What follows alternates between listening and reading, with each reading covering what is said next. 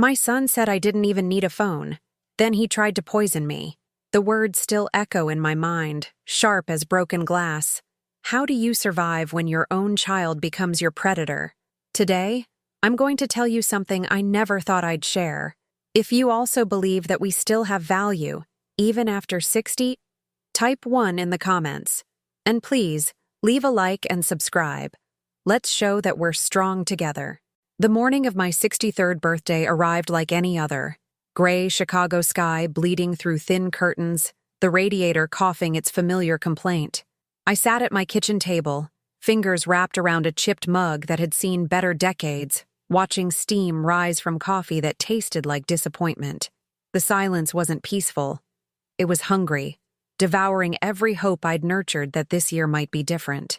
My phone, that cursed device, sat face down beside yesterday's unfinished crossword. The screen hadn't lit up once. Not even a robocall. The absence of sound had become its own kind of torture. A reminder that I'd somehow become invisible to the people I'd spent my entire life loving.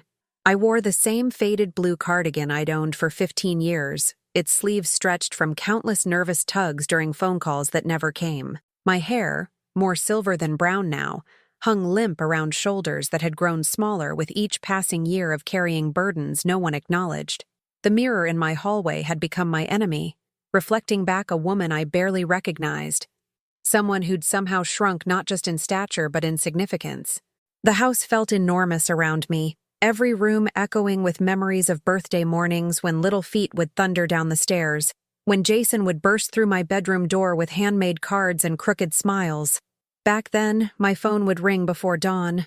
Friends calling to sing, neighbors stopping by with flowers from their gardens. The mailbox stuffed with colorful envelopes that made me feel like I mattered.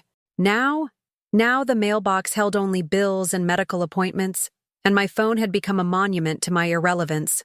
I picked up the photograph from my nightstand. Jason at 8 years old, gap-toothed and grinning, his small arms wrapped around my neck like I was his whole world. "Don't forget you're my favorite person," he'd whispered that day, chocolate cake still smeared on his cheek. I'd believed him then. I'd believed that kind of love was permanent, unbreakable. The memory twisted in my chest like a knife. 3 years. 3 years since he'd answered my calls with anything more than irritated sighs. 3 years since Sarah had entered our lives with her perfect manicures and pointed silences, her way of herding my grandsons away whenever I tried to hug them. 3 years since Jason had looked at me like I was an inconvenience he couldn't quite figure out how to dispose of. The last conversation replayed in my mind with brutal clarity. I'd called because my phone was acting up, passwords forgotten, apps mysteriously disappearing. Simple things that used to be so easy had become foreign territory, in a world that seemed designed for younger hands and sharper minds. "Jason, honey, I'm having trouble with my phone again. Could you help me figure out how to reset?" His sigh cut through the line like a blade. "Mom, honestly, what do you even need a phone for? You don't work. You don't go anywhere. Half the time you can barely figure out how to answer it anyway." The words hit me like physical blows. I use it to call you, to see pictures of the boys, to, "Look, I'm busy. Figure it out yourself or just don't use it. It's not like you need it for anything important." The line went dead. I'd sat there for an hour afterward, staring at that phone like it had personally betrayed me. Maybe it had. Maybe everything had. Because that little rectangle of glass and metal represented every connection I'd tried to maintain. Every desperate attempt to remain relevant in my son's life. Every photo of my grandsons I'd saved and treasured, because they were the only pieces of family I had left. That night, I'd unplugged the phone and put it in a drawer. If I didn't need it, then I wouldn't have it. If my existence was so meaningless that staying in touch was considered optional, then maybe it was time to stop trying. But the silence that followed was worse than the rejection, because silence has weight, and loneliness has teeth, and when you're 63 years old, and your own child has decided you're dispensable, the world becomes a very cold place indeed. I stood up from the kitchen table, my knees protesting after too many years of carrying disappointment, and walked to the window that overlooked the street where I'd lived for 37 years. Mrs. Patterson across the way was watering her roses, the same ritual she'd performed every morning since her husband died. At least she had flowers to tend. At least she had purpose. My garden had died 2 summers ago when I'd stopped caring enough to maintain it. Now it was just brown stems and regret, a perfect metaphor for everything else in my life. The doorbell rang. I shuffled to the front door, my slippers whispering against the hardwood floors that Jason had helped me refinish 15 years ago, back when he still called me Mama, and showed up unannounced with takeout and stories about his day, back when I mattered. Through the peephole, I saw brown paper and blue ribbon, a package sitting alone on my doorstep like an abandoned secret. No delivery truck, no person walking away, just a box that seemed to pulse with possibility in the gray morning light. My hands trembled as I brought it inside.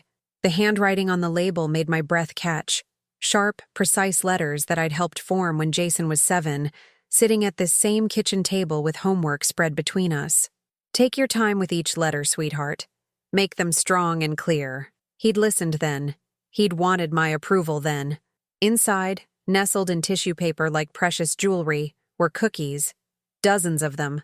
Hand-decorated with royal icing in soft blues and silvers, delicate flowers, perfect stars, intricate leaves that must have taken hours to create. They were beautiful, professional, stunning, and impossible.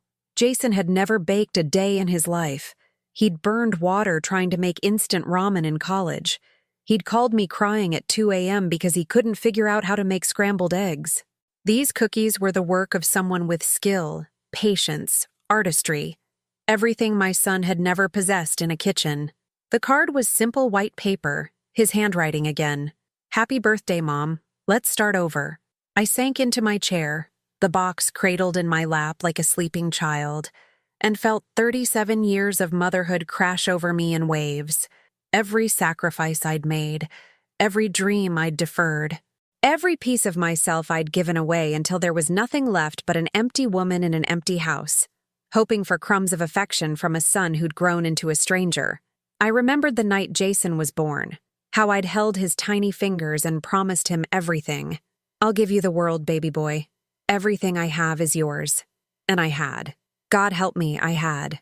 When his father left, just walked out one Tuesday morning like he was going to work and never came back, I'd worked 3 jobs to keep us afloat.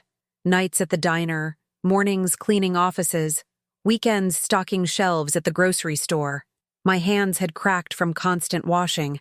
My feet had swollen from standing too long. My back had curved from carrying too much weight for too many years. But Jason never went without. Designer shoes for school because the other kids would notice. Brand name clothes because image mattered in high school. A car for his 16th birthday. Not new, but reliable. Painted and detailed until it looked like something a wealthy family might buy their son. You're the best mom in the world, he'd said that day, throwing his arms around me with the enthusiasm only teenagers could manage. I'm gonna take care of you forever. When I'm rich and famous, you'll never have to work again. I'd cashed in my retirement savings for his college tuition, sold my mother's wedding ring, the only valuable thing she'd left me, to pay for his textbooks. Took out a second mortgage on the house to cover his living expenses because, Mom, I can't focus on studying if I'm worried about money. When he graduated with his business degree, I'd been so proud. My son, the first person in our family to finish college. I'd sat in that auditorium wearing a dress I'd bought at Goodwill, watching him walk across that stage, believing that every sacrifice had been worth it. This is just the beginning, he'd told me afterward, diploma clutched in his hand. Everything changes now. You'll see. He'd been right. Everything had changed. He'd moved to the suburbs with his first real job. Then came Sarah.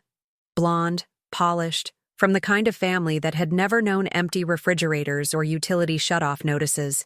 She'd looked at my small house, my secondhand furniture, my calloused hands, and I'd seen the judgment in her eyes. This wasn't the kind of mother-in-law she'd envisioned for her perfect life. The first Christmas after their wedding, I'd bought gifts I couldn't afford.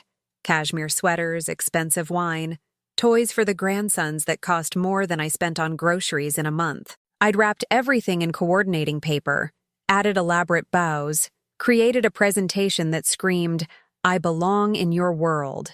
Sarah had opened each gift with polite smiles and comments about, how thoughtful everything was. Then I'd watched her return half of it the next week, exchanging my choices for things that better matched her taste, her standards, her vision of what their family deserved. "Mom, you don't have to spend so much," Jason had said, but his voice carried embarrassment rather than gratitude. "We have everything we need." What he meant was, "Your gifts remind everyone of where I came from, and I'd rather they forget." The invitations had stopped coming gradually. Birthday parties where I wasn't quite welcome. Holiday gatherings that started after I'd supposedly gone to bed.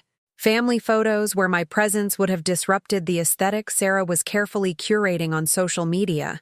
"You understand, right, Mom?" Jason had asked when I wasn't included in their vacation plans. "It's just, Sarah's family is paying for everything, and her parents want to keep it small." Small meant without me. Small meant erasing the woman who'd raised him. Small meant pretending he'd sprung fully formed into their world without the inconvenient backstory of poverty and sacrifice. I'd understood. I'd always understood. Understanding had become my specialty, my burden, my curse. But I'd kept giving. When they needed a down payment for their house, I'd refinanced mine. When Sarah wanted to be a stay-at-home mother, I'd sent monthly checks to help with expenses. When the boys needed daycare, summer camps, private lessons, I dipped into my social security, my small savings, the emergency fund I'd built quarter by quarter over decades of careful budgeting. "You're so generous, Mom," Jason would say when the checks arrived. "We really appreciate this." Appreciate, not love, not gratitude, not the bone-deep acknowledgement that I was keeping their comfortable life afloat with my own poverty. Just appreciation, like I was a distant relative making a nice gesture rather than a mother bleeding herself dry for children who saw her sacrifice as obligation rather than devotion. The last time I'd seen my grandsons, really seen them, not just glimpsed them in photos, they'd been shy, uncertain, clinging to Sarah's legs like I was a stranger, which I suppose I had become. "Say hello to Grandma," Sarah had instructed with the tone adults use when forcing children to eat vegetables. "Hi," they'd whispered, eyes downcast, bodies angled away from me like they'd been taught I was dangerous. I'd knelt down, trying to make myself smaller, less threatening. "I brought you something," I'd said, pulling wrapped books from my purse, stories I'd read to their father when he was their age. "What do you say?" Sarah had prompted. "Thank you," they'd chorused dutifully, but they hadn't touched the packages. They'd looked to their mother for permission to care, and she'd given them none. That night, I'd found the books in the trash. Now, sitting with these impossible cookies in my lap, I felt the weight of every unacknowledged sacrifice, every discounted gesture, every moment when my love had been received like an unwanted obligation. My grandsons didn't know me. My son was ashamed of me. And I was 63 years old, alone in a house that echoed with the ghosts of better times. Was I used? The question formed in my mind like a prayer I didn't want to answer. Had I been nothing more than a resource to be exploited? A convenient bank account that happened to have maternal instincts? I touched one of the decorated cookies with my fingertip. The icing was perfect, professional. Someone had spent hours creating these delicate works of art. But not Jason. Never Jason. So who had? And why now? Why, after 3 years of silence, did this beautiful, impossible gift appear on my doorstep with promises of starting over? Outside, the afternoon shadows were growing longer, and Mrs. Patterson had finished with her roses. The neighborhood was settling into its evening routine, families gathering for dinner, children called in from play, the comfortable sounds of people who belonged somewhere. I was still holding the box when my phone rang. The phone's shrill ring cut through the silence like a scream. I stared at the device I'd abandoned months ago, now glowing with Jason's name across the screen. My heart hammered against my ribs as I reached for it with shaking fingers. "Hello?" My voice came out as barely a whisper. "Hi, Mom." His tone was casual, almost cheerful, like we'd spoken yesterday instead of living in a void of silence for months. "I wasn't sure you'd answer." I clutched the phone tighter, afraid it might disappear if I didn't hold on. "Jason." Of course I answered. "Did you get my package?" I looked down at the box still cradled in my lap, those perfect cookies nestled in their tissue paper like sleeping angels. Yes, they're beautiful. When did you learn to— So, how were they? He interrupted, and something in his voice made my skin prickle. There was an eagerness there, a hunger that didn't match the casual tone. Did you try them yet? I hesitated. The truth sat heavy on my tongue. I didn't eat them. The silence that followed was so complete I could hear my own heartbeat. What do you mean you didn't eat them? His voice had changed, dropped into something colder, sharper. I gave them to Ruth, I admitted, the words tumbling out before I could stop them. Your mother-in-law. She was having such a hard time since her surgery, and they were so beautiful, I thought. You what? The explosion of rage that erupted from the phone made me jerk it away from my ear. Those weren't for her. They were for you. Only you. I'd never heard Jason sound like this. Not as a child, not as a teenager, not even during his worst tantrums.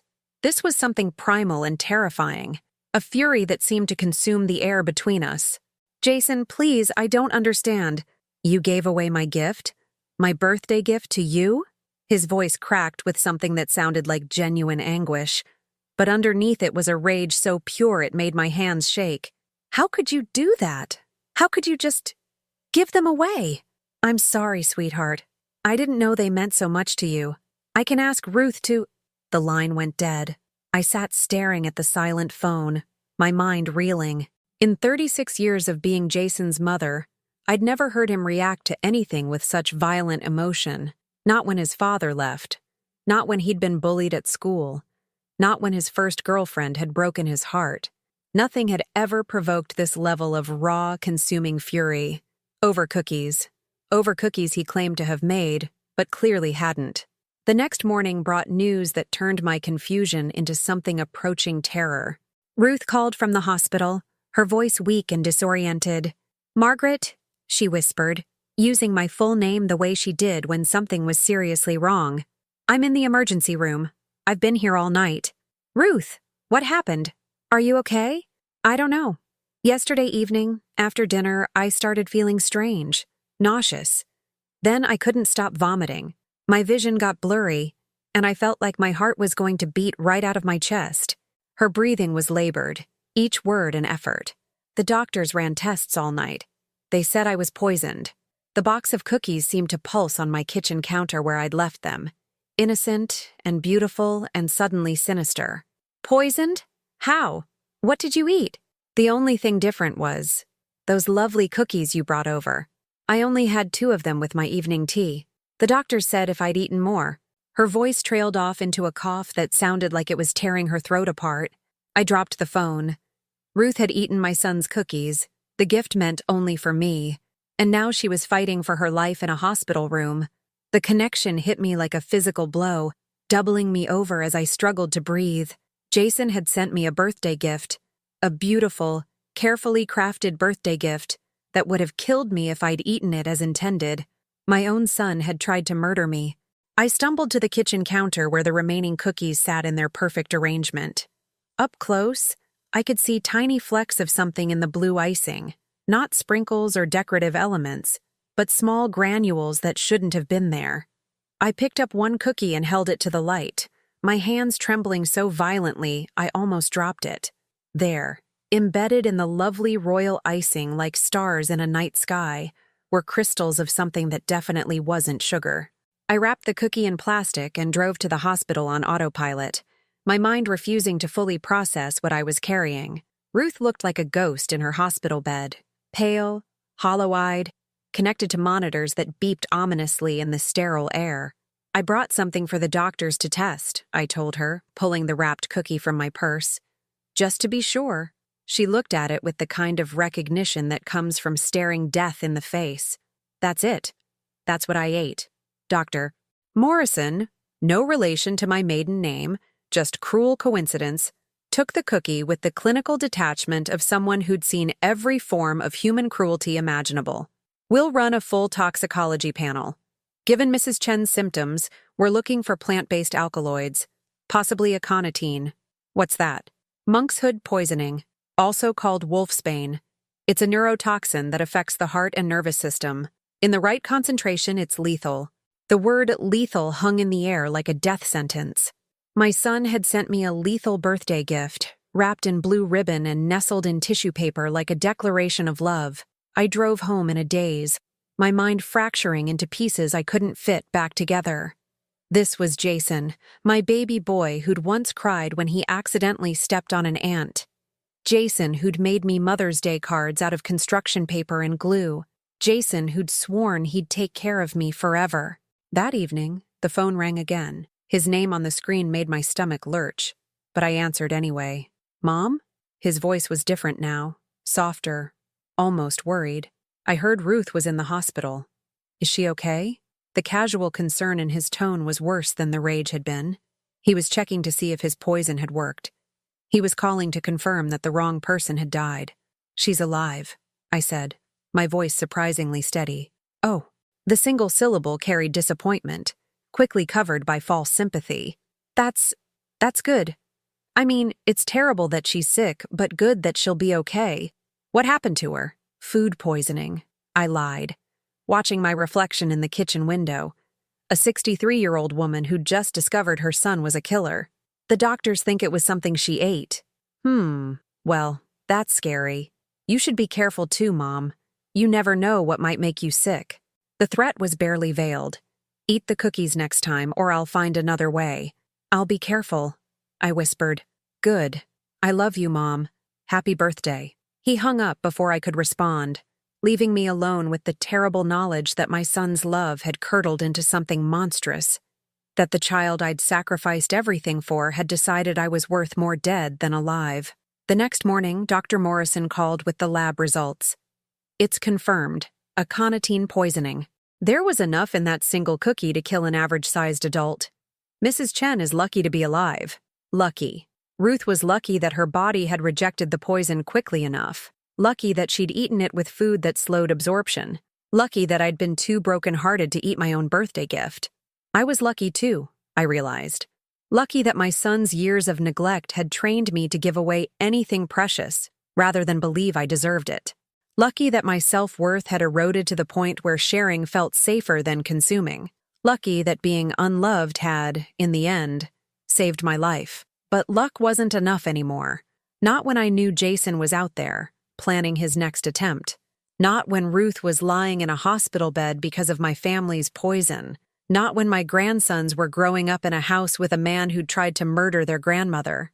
I sat at my kitchen table that night, staring at the remaining cookies, and felt something shift inside me. Something hard and cold and final. The woman who'd spent decades absorbing abuse, accepting neglect, making excuses for unforgivable behavior. That woman was gone.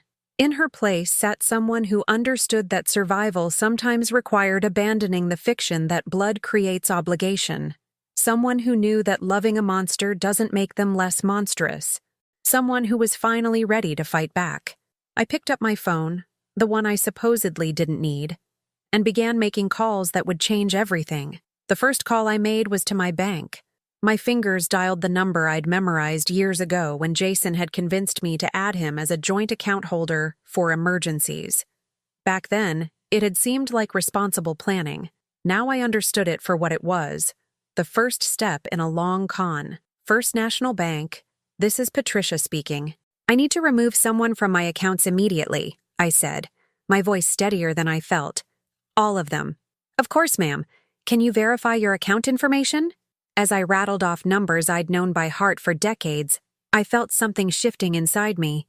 A door closing on the woman who'd trusted blindly, who'd given freely, who'd believed that blood guaranteed loyalty. And the reason for the removal?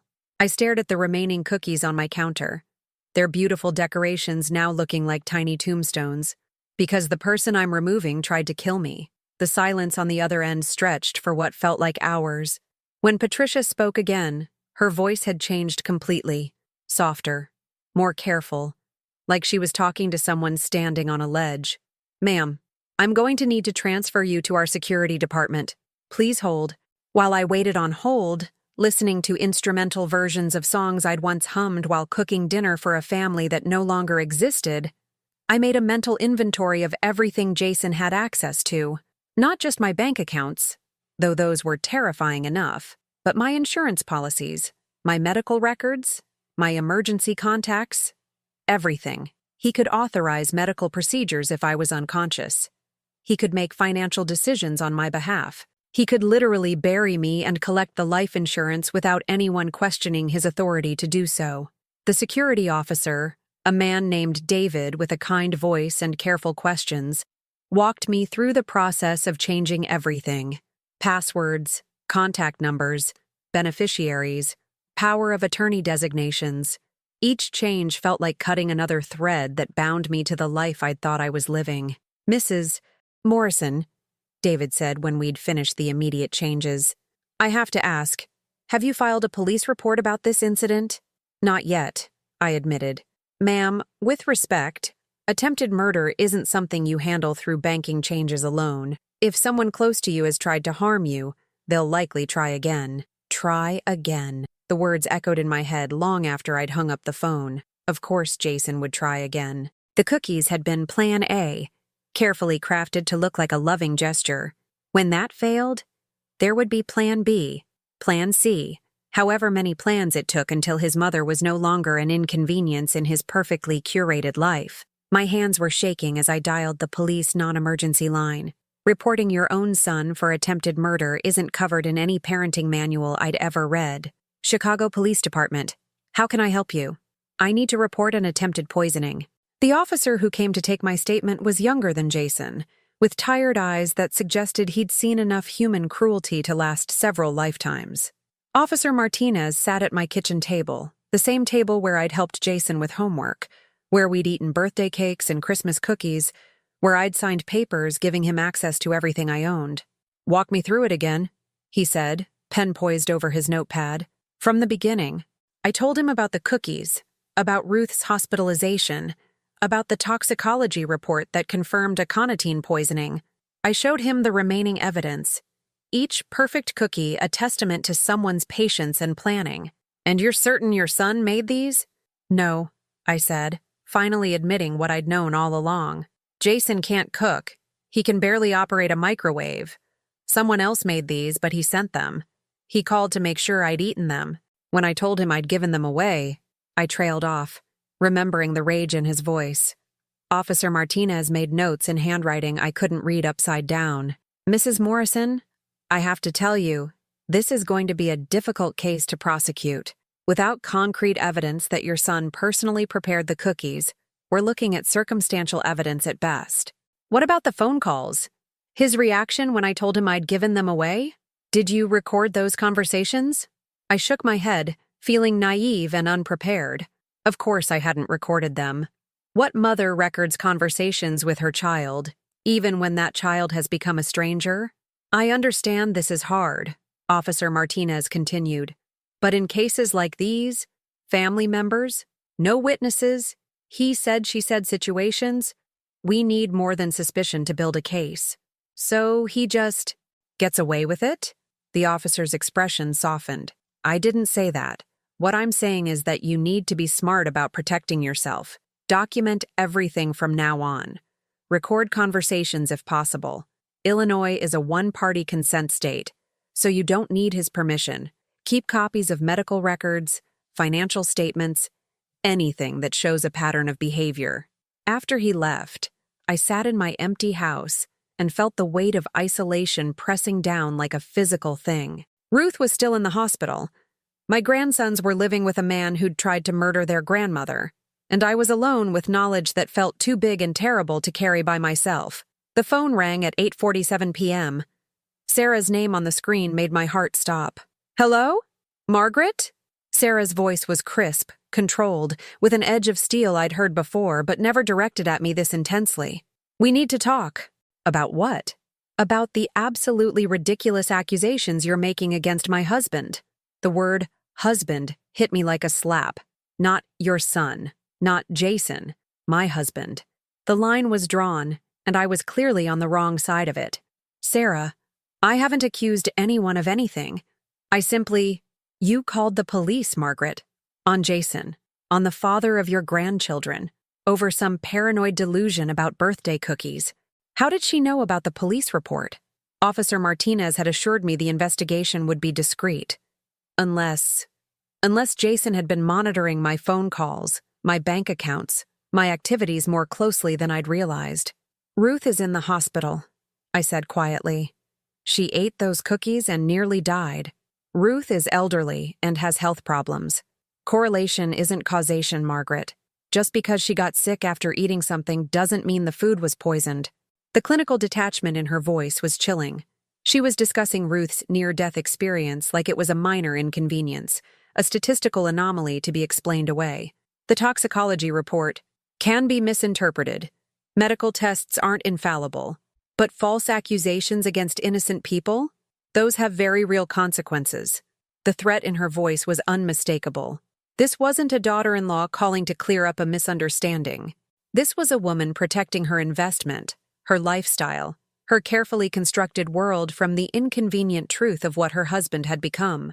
Jason loves you, she continued, and the words sounded rehearsed, like lines from a script they'd practiced together.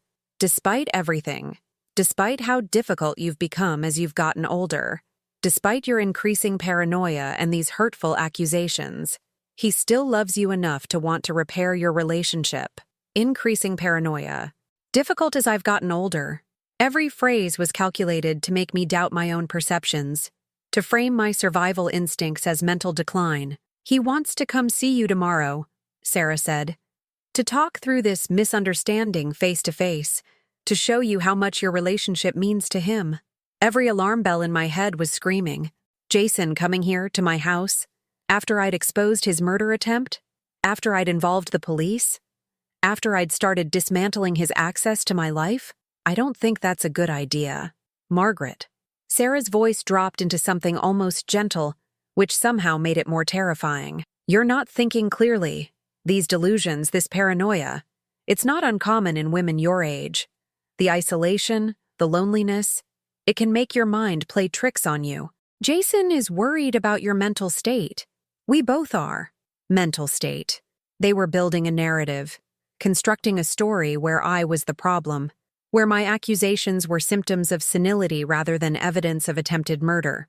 If I died under mysterious circumstances, they'd already laid the groundwork to explain it as suicide, or accidental overdose by a confused, mentally unstable elderly woman. Maybe, Sarah continued, it would be better if you weren't living alone anymore. Maybe it's time to consider assisted living, somewhere with medical supervision, people trained to help with these kinds of episodes. Assisted living, where Jason would still have power of attorney, where my medications could be adjusted without my knowledge, where accidents happened to difficult residents who made unfounded accusations against their loving families. I'm not going anywhere, I said, my voice stronger than I felt. We'll see about that. Jason will be there tomorrow at 2 o'clock. I suggest you think very carefully about how you want this conversation to go, for everyone's sake. The line went dead, leaving me alone with the understanding that the battle lines had been drawn. On one side stood Jason and Sarah, armed with financial resources, legal connections, and a narrative that painted me as mentally incompetent. On the other side stood me, a 63-year-old woman with no allies, no family support, and a story so horrific that even I had trouble believing it was real. But I wasn't completely powerless. Officer Martinez had been right about one thing. I needed to be smart about protecting myself, and sometimes being smart meant accepting help from unexpected sources. I picked up my phone and dialed a number I hadn't called in months. Ruth? It's Margaret. Are you feeling well enough for visitors? Ruth's hospital room smelled like antiseptic and wilted flowers, but her eyes were clear when I walked in, clearer than they'd been in months, actually, like nearly dying had burned away everything non-essential and left only what mattered. Margaret, she said, struggling to sit up straighter in her bed. You look terrible. I almost laughed. Here was a woman who'd spent 3 days fighting poison in her system, and she was worried about how I looked. I feel terrible. Ruth, I need to tell you something, and I need you to listen carefully. I told her everything, about the phone calls, about Sarah's threats, about the narrative they were building to frame me as mentally unstable. Ruth listened without interruption, her face growing paler with each detail, until I finished with Sarah's ultimatum about Jason's visit tomorrow. "They're planning to have you declared incompetent," Ruth said finally. "Get you committed somewhere they can control what happens to you." "I know. And then what? Another accident? A medication mix-up? Something that looks like suicide because the poor, confused old woman couldn't cope with her delusions?" Hearing it spoken aloud made the plan's horrific logic even clearer. "Probably." Ruth was quiet for a long moment, staring at the IV drip that was still keeping her alive.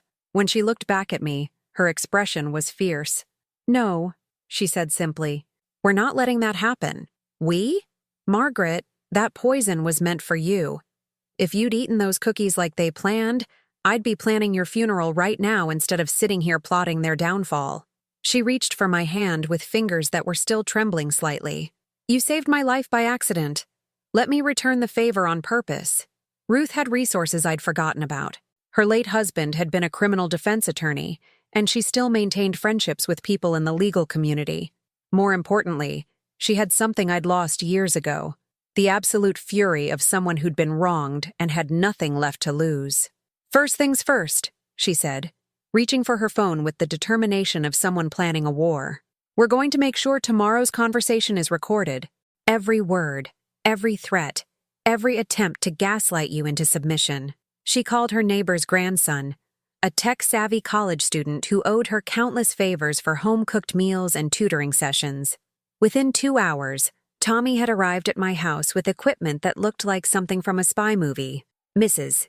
Morrison," he said, setting up tiny recording devices with the casual competence of someone who'd grown up in the digital age. "These will pick up every word spoken in your living room. Audio and video, stored to a cloud server that automatically backs up to 3 different locations. Is this legal? It's your house. You can record whatever happens in your own living room." He positioned the final camera behind a family photo on my mantelpiece. "Illinois is a one-party consent state for audio recording, and you're consenting to record conversations in your own home." By evening, my house had been transformed into a surveillance center that would have impressed professional investigators. Hidden cameras captured every angle of the living room where I planned to meet Jason. Audio recorders were strategically placed to ensure clear pickup no matter where the conversation moved. Tommy had even set up a live stream to Ruth's tablet so she could monitor the situation in real time from her hospital bed. "If anything goes wrong," Ruth had instructed, "anything at all, I'm calling 911 immediately. He won't have time to hurt you and stage it to look like something else." That night, I did something I hadn't done in months. I slept peacefully, not because I wasn't terrified of tomorrow's confrontation, but because, for the first time in years, I wasn't facing my problems alone. Ruth's fierce protectiveness had reminded me what it felt like to have someone in my corner, someone who cared whether I lived or died, not because of what I could provide, but simply because I mattered. I woke before dawn and spent the morning preparing for battle. I showered, chose clothes that made me feel strong rather than vulnerable. My best navy dress, the pearl earrings my mother had left me, low heels that I could run in if necessary. I wanted to look competent, clear-minded, nothing like the confused elderly woman Sarah had described. At 1:45 p.m., I took a final position in my living room, where invisible technology would capture whatever happened next. I'd arranged the furniture so Jason would have to sit where the cameras could see his face clearly. I'd practiced looking calm while my heart hammered against my ribs. At exactly 2 p.m., Jason knocked on my door. He looked perfect, of course. Tailored suit, expensive haircut, confident smile that had charmed teachers and employers, and probably judges who'd never seen the cold calculation behind his eyes. He carried a bouquet of yellow roses, my favorite flowers, though I doubted he remembered that detail himself. "Hi, Mom." He stepped forward as if to hug me, but I moved back slightly, maintaining distance between us. Jason. If he noticed my coolness, he didn't show it. "Can I come in? We really need to talk." I led him to the living room, where he settled into the chair I'd positioned for optimal camera coverage. He looked around the room with the subtle appraisal of someone cataloging assets, and I wondered if he was already planning how to sell my belongings after I was gone. "Sarah said you've been having some concerns," he began, his tone gentle but patronizing. About the cookies I sent for your birthday. They contained aconitine, I said simply.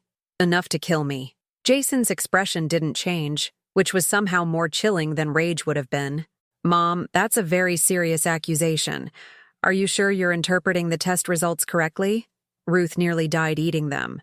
Ruth is elderly and has health problems. Sometimes when people that age get sick, families look for someone to blame. It's a natural response to grief and fear. The careful way he spoke, like he was reciting lines from a script, told me Sarah had coached him on this conversation. Every word was chosen to sound reasonable while subtly undermining my credibility. I've removed you from my bank accounts, I said, watching his face carefully. For just a moment, something flickered behind his eyes. Not surprise, but annoyance that I'd discovered something I wasn't supposed to know about. Mom, that seems like an overreaction. I'm only on those accounts for emergencies to help you if something happens. What kind of emergency were you preparing for when you transferred half my savings to a joint investment account last month? Now his composure cracked slightly. He hadn't expected me to know about the financial manipulation that had been happening behind my back. That was a sound investment strategy. I was trying to help you grow your nest egg, make sure you're comfortable in retirement. By moving my money into accounts I can't access? Mom. His voice took on the patient tone adults use with confused children. These financial decisions are complicated. You don't really understand investment strategies or tax implications. I was protecting your assets. Protecting. The word hung between us like a lie too obvious to sustain. He'd been systematically gaining control of my resources while gradually isolating me from anyone who might notice or intervene. I understand more than you think, I said quietly. I understand that you've been planning this for years. The financial control, the isolation, the narrative about my declining mental state. I understand that those cookies were supposed to end it all quickly, make it look like a heart attack or stroke in a confused old woman who'd been acting paranoid lately. Jason's mask finally slipped completely. The gentle concern vanished, replaced by something cold and calculating that I'd never seen in my son's face before. You have no idea what you're talking about, he said, but his voice carried a threat now instead of sympathy. You're paranoid, Mom. Delusional. These wild theories about poison and financial conspiracies. They're exactly the kind of thinking that proves you shouldn't be living alone anymore. Is that a threat? It's a reality check. You need help. Professional help. Somewhere with trained staff who can monitor your medications, make sure you're eating properly, keep you safe from these kinds of episodes. There it was. The trap I'd seen coming. Paint me as mentally unstable, get me committed, control my medical care until an accident solved his problems permanently. I'm not going anywhere, Jason. He leaned forward, and for the first time, I saw genuine anger in his expression. You don't get to choose anymore, Mom. You've proven you can't make rational decisions. You're making false accusations against family members, imagining conspiracies that don't exist. That's not normal behavior. What's not normal is trying to poison your mother. Jason stood up abruptly, pacing to the window where he looked out at the neighborhood I'd called home for decades. When he turned back, his face was a mask of cold fury. You want to know what's not normal? Having a mother who's never been anything but a burden. A mother who guilts you with every sacrifice she's supposedly made, who clings to relationships that stopped being meaningful years ago. A mother who's too pathetic to understand when she's not wanted anymore. The words hit like physical blows, but they also clarified something I'd been afraid to acknowledge. This wasn't the son I'd raised speaking. This was the man he'd chosen to become. Cruel, manipulative, willing to commit murder to rid himself of inconvenience. You're right, I said, standing to face him. I have been pathetic. I've been clinging to the fantasy that the little boy who promised to love me forever still existed somewhere inside the man who tried to kill me. I never tried to, but he doesn't, I continued, my voice growing stronger. That little boy is gone, and the man standing in my living room is a stranger who sees his mother as nothing more than an obstacle to be removed. Jason's composure shattered completely. You want to know the truth? Fine. You've been dead weight for years. A constant reminder of everything I've worked to rise above. Do you think Sarah's friends need to know I came from some working-class nobody who still shops at thrift stores? Do you think my business associates want to see family photos with someone who looks like the help?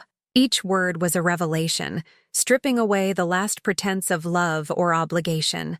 This was who Jason really was, who he'd probably always been underneath the manipulation and fake affection.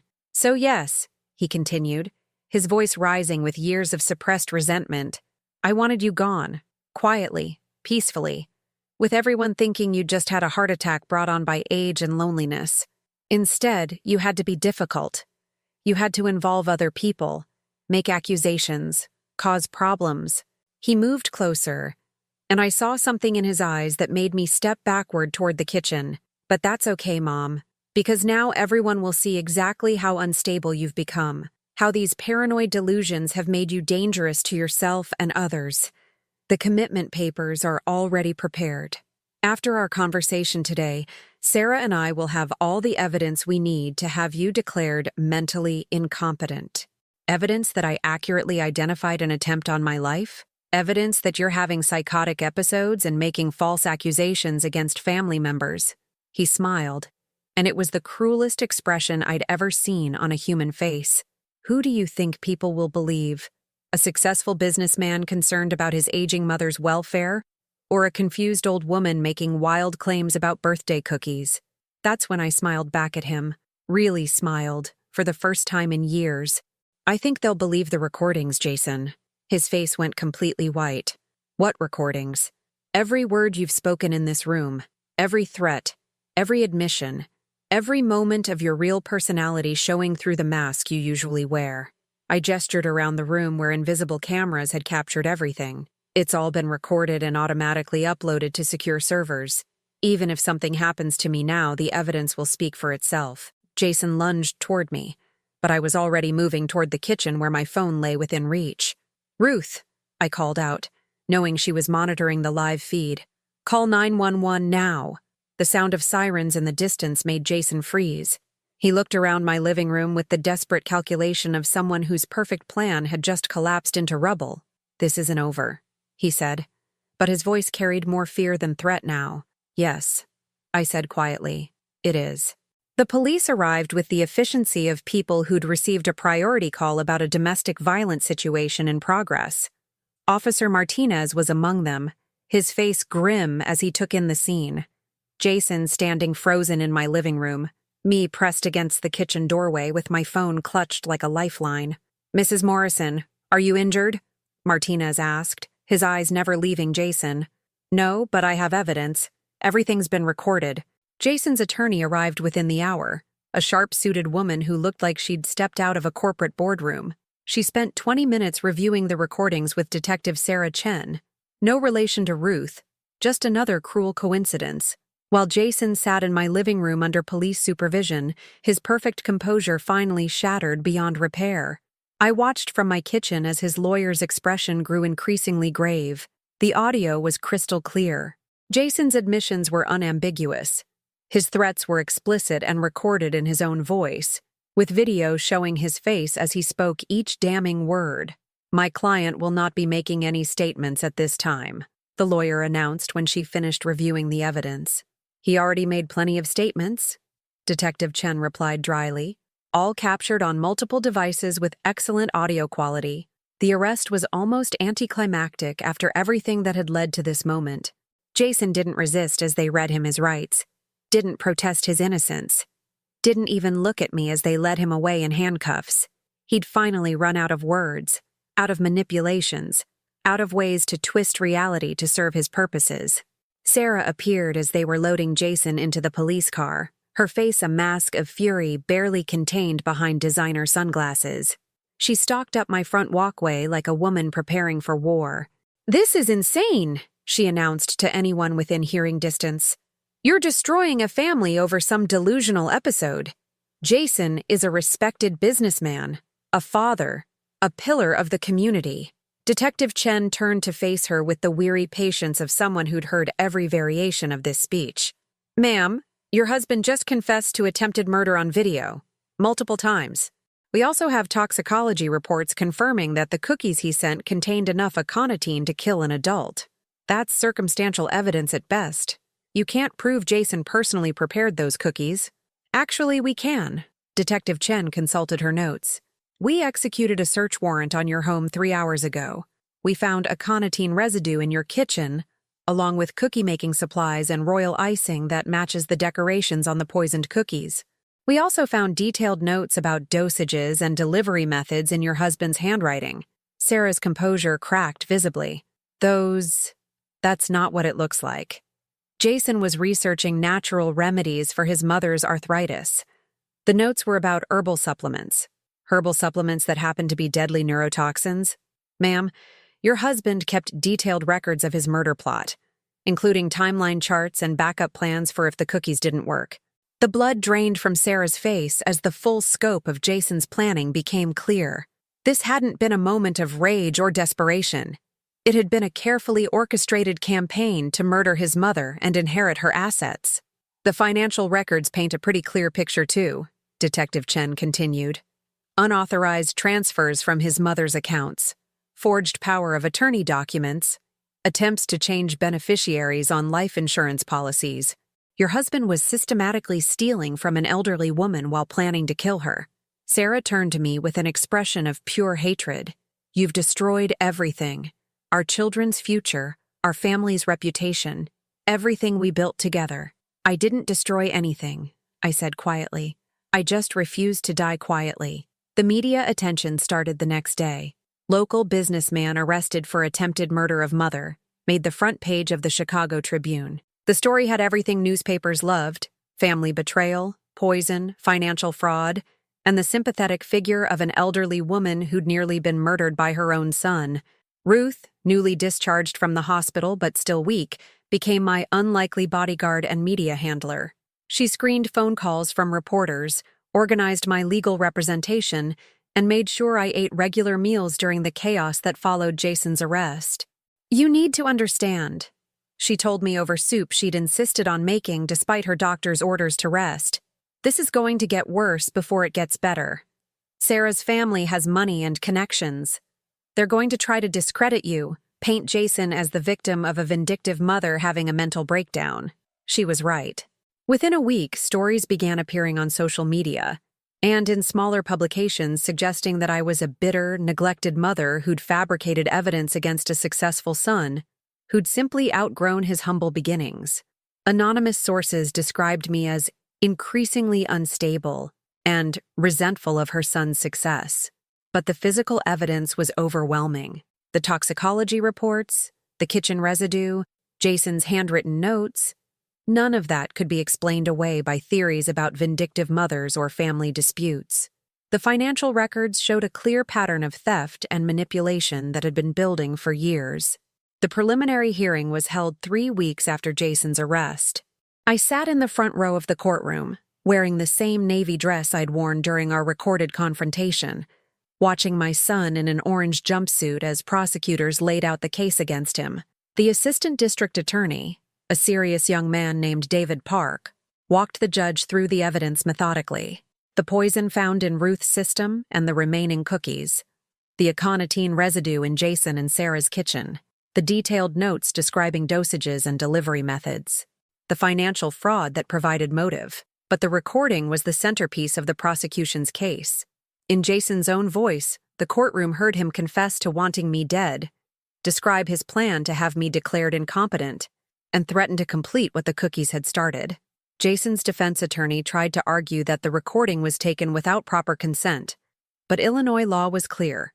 I had every right to record conversations in my own home. She tried to suggest that Jason's words were taken out of context, but 23 minutes of continuous audio left little room for alternative interpretations. Sarah sat behind Jason throughout the hearing, her face a mask of composure that occasionally cracked to reveal the fury beneath. When Jason turned to look at her during a break in testimony, she looked away, already distancing herself from a situation that threatened her own freedom. The judge denied bail, citing Jason as a flight risk and a continuing danger to potential witnesses. As they led him away in shackles, he finally looked at me directly for the first time since his arrest. I saw no remorse in his eyes, no recognition of what he'd tried to do, or acknowledgement of the pain he'd caused. Just cold calculation, like he was already planning his next move from whatever cell they assigned him. That night, Ruth and I sat in my living room, the same room where Jason had confessed to attempted murder, where invisible cameras had captured the moment when my son revealed himself to be a stranger. "How do you feel?" Ruth asked gently. I considered the question carefully.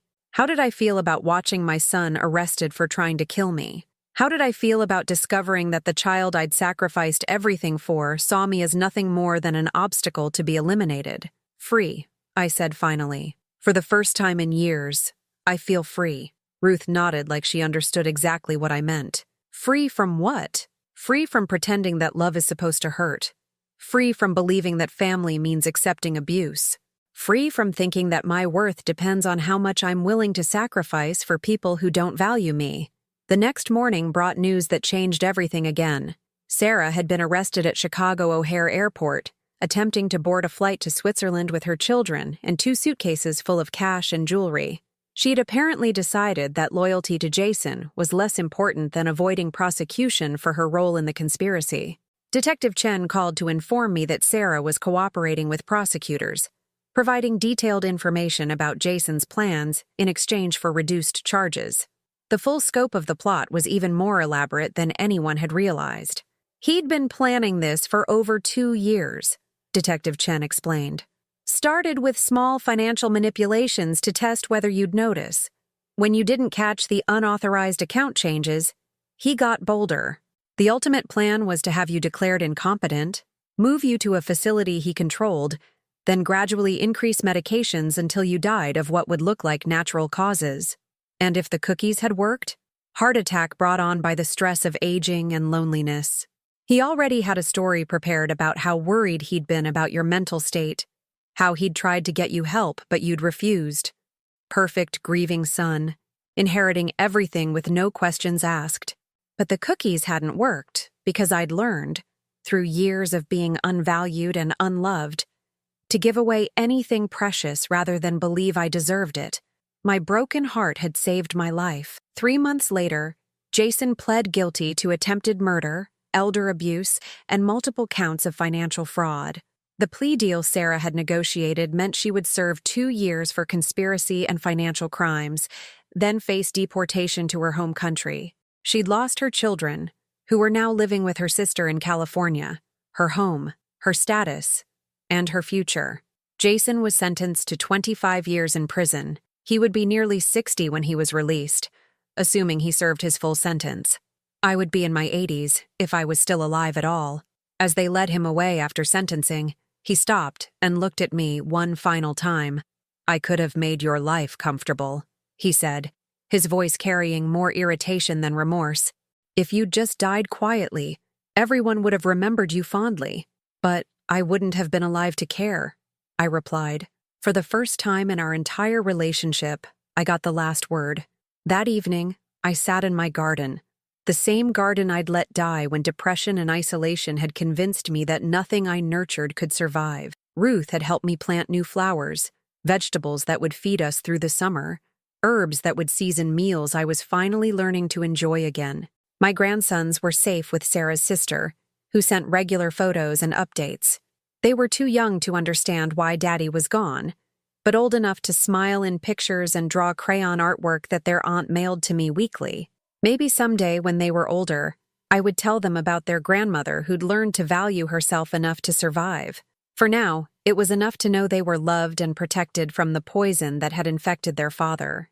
I picked up my phone, the same phone I supposedly didn't need, and called Ruth. "How are you feeling today?" she asked. The same question she'd been asking every day since the trial ended. "Free," I said, watching the sunset paint my garden gold. Free and finally ready to live. 6 months after Jason's sentencing, I stood in front of my bathroom mirror and barely recognized the woman looking back at me. Not because I looked older or more tired, but because I looked alive. For the first time in years, my eyes held something other than resignation. They held possibility. I'd started small. The morning after the trial ended, I'd walked to the corner coffee shop I'd passed thousands of times but never entered. The barista, a young woman with purple streaks in her hair and a genuine smile, had asked what I'd like to try. "I don't know," I'd admitted. "I've been drinking the same instant coffee for 20 years. She'd made me something called a lavender latte, explaining each ingredient like she was introducing me to old friends. It had tasted like sunshine and new beginnings. Nothing like the bitter instant coffee I'd been choking down out of habit rather than pleasure. "First time trying something new?" she'd asked as I savored each sip. "First time in a very long time," I'd said, and we'd both understood I wasn't just talking about coffee. Now, 6 months later, I was a regular at Morningside Coffee. Emma, the barista with purple hair, had become something I hadn't had in years. A friend who knew nothing about my past trauma and liked me simply for who I was becoming. "Margaret," she called out as I walked through the door on this particular Tuesday morning. "Your usual lavender latte? Or are we feeling adventurous today?" "Adventurous," I said, surprising myself. "What do you recommend?" She grinned and started crafting something that involved espresso, steamed milk, and what looked like edible flowers. "This is called a rose cardamom latte. It's like drinking poetry." While she worked, I looked around the coffee shop with fresh eyes. When I'd first started coming here, I'd chosen the corner table farthest from other people, afraid that conversation might lead to questions I wasn't ready to answer. Now I sat at the counter, chatting with whoever happened to be nearby, learning that the world was full of interesting people who had stories of their own to tell. The latte was indeed like poetry. Complex, surprising, beautiful in ways I couldn't have imagined. "This is incredible," I told Emma. "You know what? I think you're ready for the next step," she said conspiratorially. "We offer latte art classes on Saturday mornings. You should come." 6 months ago, the idea of taking a class, any class, would have seemed impossible. I was someone's mother, someone's caretaker, someone's burden. I wasn't someone who took up space learning new skills for the pure joy of it. "What if I'm terrible at it?" I asked. "Then you'll be terrible at it in a room full of other people being terrible at it, and we'll all have fun being terrible together." I signed up before I could talk myself out of it. That afternoon, I did something else I hadn't done in years. I went shopping for myself, not for household necessities or gifts for people who barely acknowledged my existence, but for things that brought me joy. The bookstore on Lincoln Avenue had been closed for renovations when I'd last walked this neighborhood. Now it was a wonderland of literary possibilities, with cozy reading nooks and shelves that seemed to whisper promises of worlds I hadn't yet explored. "Can I help you find anything?" asked the clerk, a woman about my age with silver hair and laugh lines that suggested she'd found plenty of reasons to smile over the years. "I used to love reading," I said hesitantly, "but I haven't. I mean, it's been a while. I don't know what's good anymore." "What did you used to enjoy?" I tried to remember. It had been so long since I'd read for pleasure, rather than distraction, that I'd almost forgotten what my own preferences were. Stories about women who overcame things, who found strength they didn't know they had. She nodded like she understood exactly what I meant. "I have just the thing." She led me to a display featuring books by authors I'd never heard of, contemporary women writing about resilience, self-discovery, second chances. I bought 3 books, more than I'd purchased for myself in a decade, and felt a thrill of anticipation I'd forgotten was possible.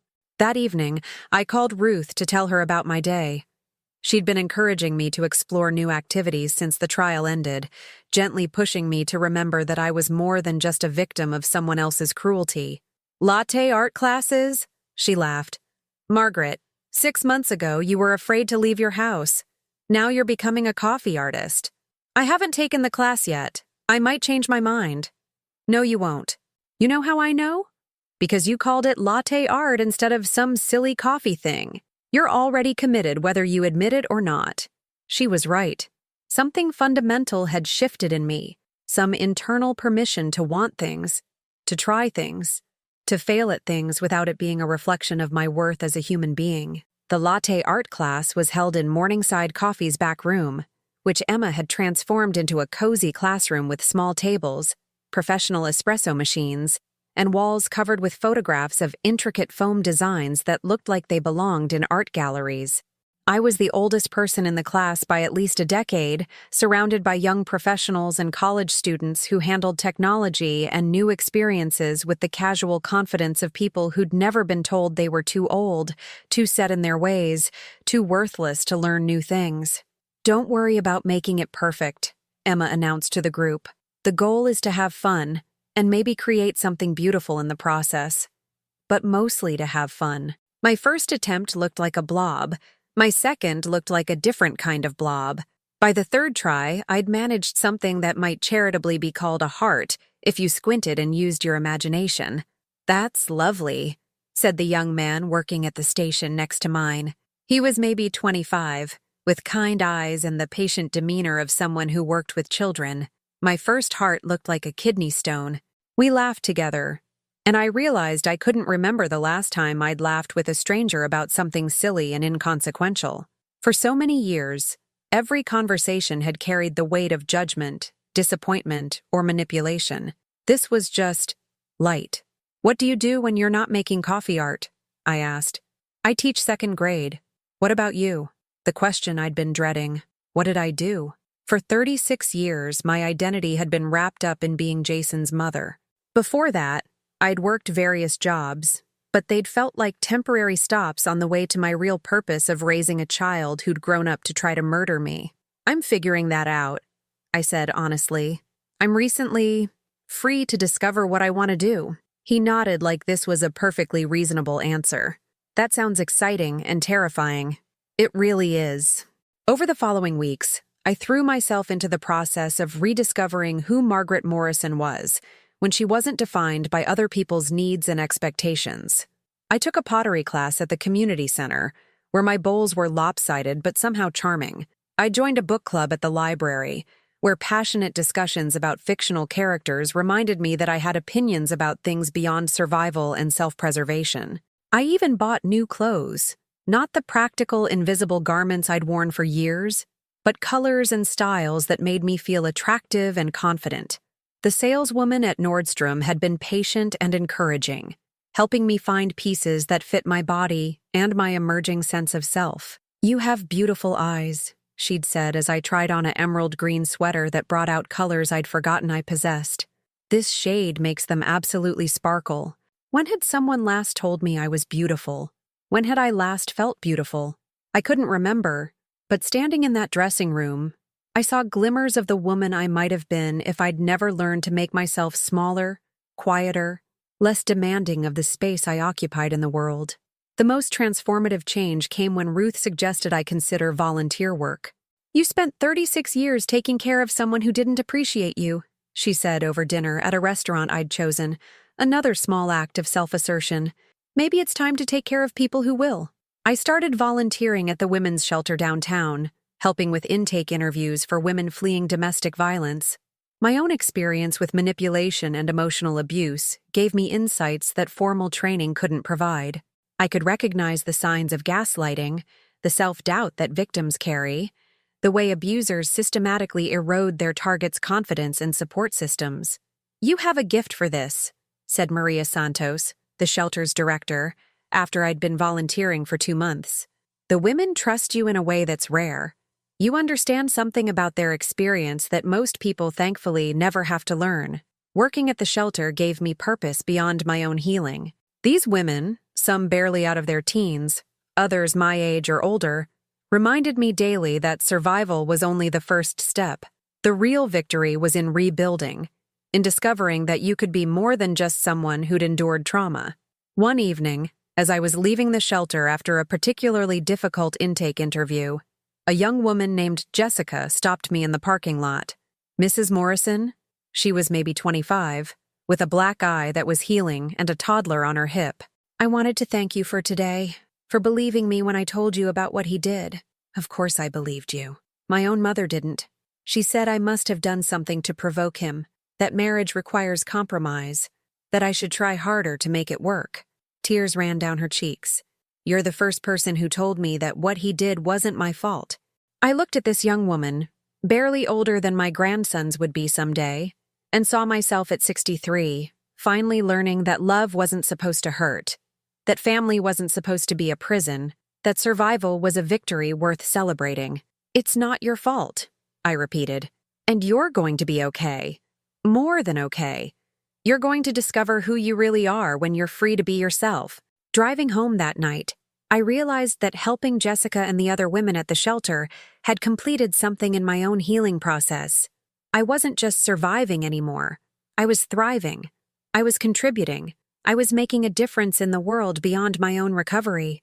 For the first time in my adult life, I was living for myself while also living for something bigger than myself. The balance felt right, sustainable, like something I could build on for whatever years I had left.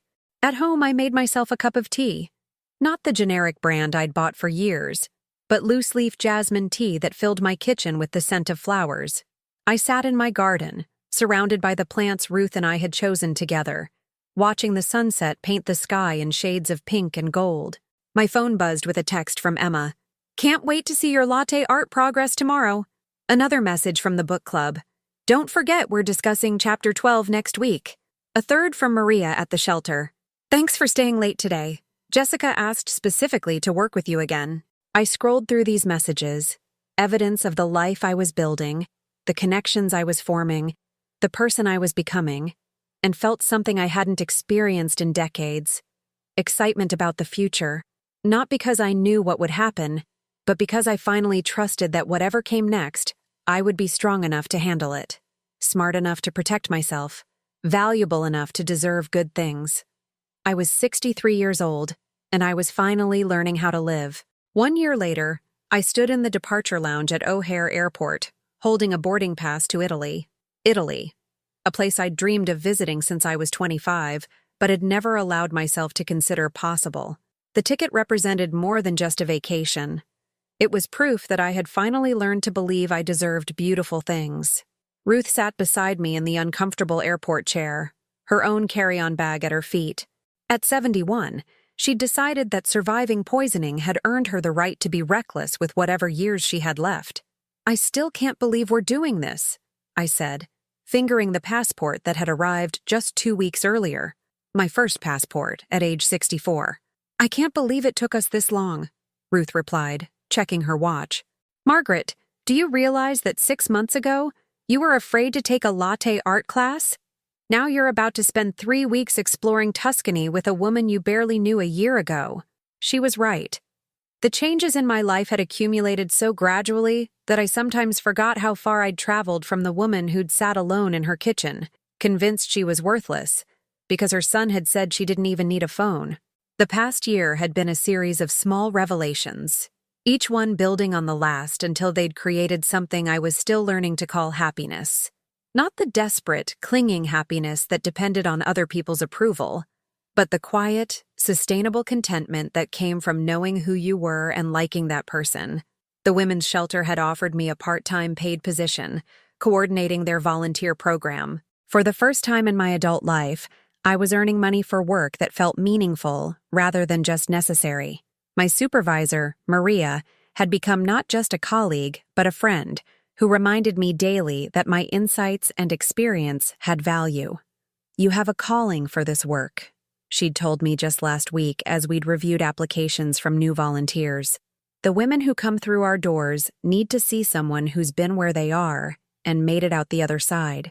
My grandsons, now 5 and 7, had started sending me letters, carefully printed messages dictated to their aunt, who'd gradually begun allowing supervised phone calls. They were too young to understand the full story of what their father had done, but old enough to be curious about the grandmother they barely remembered. "Dear Grandma Margaret," the most recent letter had read, "Aunt Lisa says you help ladies who are sad. I drew you a picture of a rainbow because rainbows make people happy. Love, Tommy." The drawing was stuck to my refrigerator now, a splash of crayon color that brightened my kitchen every morning. Someday, when they were older, I would tell them about the woman their grandmother had become after she'd learned to save herself. For now, it was enough that they knew I existed, and that I loved them from a distance that kept them safe. Jason's letters, on the other hand, went straight into the trash without being opened.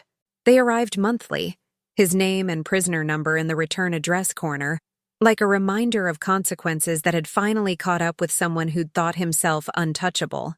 I didn't need to read his words to know they would be filled with manipulation disguised as remorse, attempts to rewrite history that painted him as the victim of an unfair system. The truth was simpler and more liberating. I no longer cared what Jason thought or felt or wanted.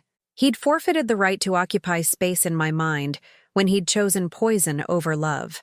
The indifference I felt toward his letters wasn't cruelty.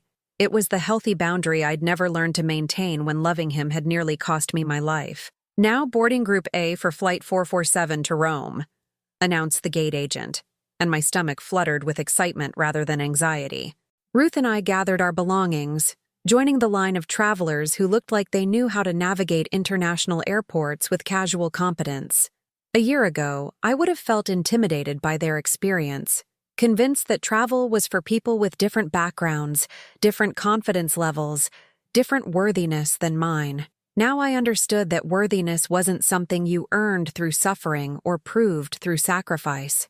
It was something you claimed for yourself, something you defended when others tried to take it away, something you built upon every time you chose to trust that you deserved good things. As we settled into our seats, window and aisle, because Ruth had insisted I needed to see the world from above during my first international flight, I thought about the conversation that had started this journey. 3 months earlier, Ruth had been showing me photos from a trip her late husband had taken to Italy in the 1980s. The images were faded, but beautiful. Rolling hills covered with vineyards, ancient stone buildings glowing in golden light, tables laden with food that looked like art. "He always said we'd go back together someday," she'd said wistfully, but someday kept getting postponed until there were no more somedays left. I'd studied the photographs, feeling something stir in me that I was still learning to recognize as desire rather than duty. "It looks magical." "It is magical. Or it was, anyway. I suppose it still is. But I'm not sure I have the courage to find out alone." The suggestion had formed before I'd had time to reject it as impossible. What if you didn't have to go alone? Now, watching Chicago disappear beneath clouds as our plane climbed toward cruising altitude, I marveled at my own audacity. The woman who'd been afraid to take a coffee class was now crossing an ocean to explore a country where she didn't speak the language, with money she'd never allowed herself to spend on anything but necessities. The financial freedom had been an unexpected consequence of Jason's imprisonment. With his power of attorney revoked and his access to my accounts permanently severed, I'd discovered that my careful budgeting over the years had accumulated more savings than I'd realized. The money he'd stolen had been recovered and returned, and the life insurance policies he'd tried to manipulate were once again under my control. For the first time in my adult life, I could make financial decisions based on what I wanted, rather than what other people needed from me. The liberation was intoxicating. "Ladies and gentlemen, we've reached our cruising altitude," announced the pilot. "Feel free to move about the cabin." Ruth pulled out the travel guide she'd been studying for weeks, pages flagged with destinations she wanted to visit and restaurants she hoped to try. "So," she said, settling in for the long flight ahead, "tell me again why you decided to do this." It was a question I'd been asking myself for months, and the answer kept evolving. Initially, I'd thought the trip was about proving I could do something bold and independent. Then I'd convinced myself it was about honoring Ruth's late husband by helping her fulfill his travel dreams. But somewhere over the Atlantic Ocean, watching the sun set through the airplane window while Ruth dozed beside me, I understood the real reason I was on this plane. I was traveling to Italy because I wanted to, not because it would make someone else happy. Not because it would prove my worth or earn me love or fulfill some obligation I'd imagined I owed to the world. Simply because the idea of walking through ancient cities and tasting wine in Tuscan vineyards made me smile. And I'd finally learned that my happiness was reason enough. The plane touched down in Rome on a Wednesday morning that felt like the first day of a life I'd never allowed myself to imagine possible. Ruth and I navigated customs and transportation with the bumbling enthusiasm of tourists who'd done their research, but were still delighted by every new experience. Our hotel room overlooked a piazza where people gathered for morning coffee and evening wine, where children played while their grandparents watched from cafe tables, where life unfolded with the comfortable rhythm of a community that understood the importance of simple pleasures. "Look at that," Ruth said, pointing to an elderly woman who was watering flower boxes on a balcony across the square. "She's probably lived in that apartment for 50 years, watching the same sunrise every morning, and she still takes time to tend her flowers." I watched the woman work, her movements careful and deliberate, her face serene in a way that suggested she'd found peace in the repetition of caring for beautiful things. "She knows her flowers matter. And so do you," Ruth said quietly. "So do I. So does this moment, this trip, this choice to be here instead of sitting at home wondering what we're missing." We spent 3 weeks exploring Italy with the curiosity of people who'd been given a second chance at wonder. We toured museums and churches, tasted wines and cheeses we'd never heard of, got lost in medieval streets, and found ourselves in unexpected conversations with strangers who became temporary friends. In Florence, I bought a painting from a street artist. Not because it matched my decor or because someone else would approve, but because something about the colors made me think of possibility. In Venice, Ruth and I took a gondola ride at sunset, laughing like teenagers while the gondolier sang songs we didn't understand but felt in our hearts. But it was in a small Tuscan village whose name I can barely pronounce that I experienced the moment that crystallized everything I'd learned about survival and healing and the courage required to rebuild a life. We'd stopped for lunch at a family-owned restaurant where 3 generations worked together preparing food that tasted like love. The grandmother, a tiny woman with bright eyes and flour-dusted hands, had insisted on serving us herself when she learned we were American tourists traveling alone. As she set down plates of homemade pasta and locally grown vegetables, she'd asked through her granddaughter's translation why 2 women our age were traveling without husbands or children. Ruth had explained, as simply as possible, that we were widowed and recently independent, celebrating our freedom to make choices for ourselves. The grandmother had nodded approvingly, then disappeared into the kitchen. She returned with a bottle of wine that looked older than I was, dusty and precious. "She says," the granddaughter translated, "this wine is from the year she married her husband. She has been saving it for a special occasion, but she never found one worthy enough. She says 2 women who learned to save themselves deserve to taste what freedom is like when it has aged into wisdom."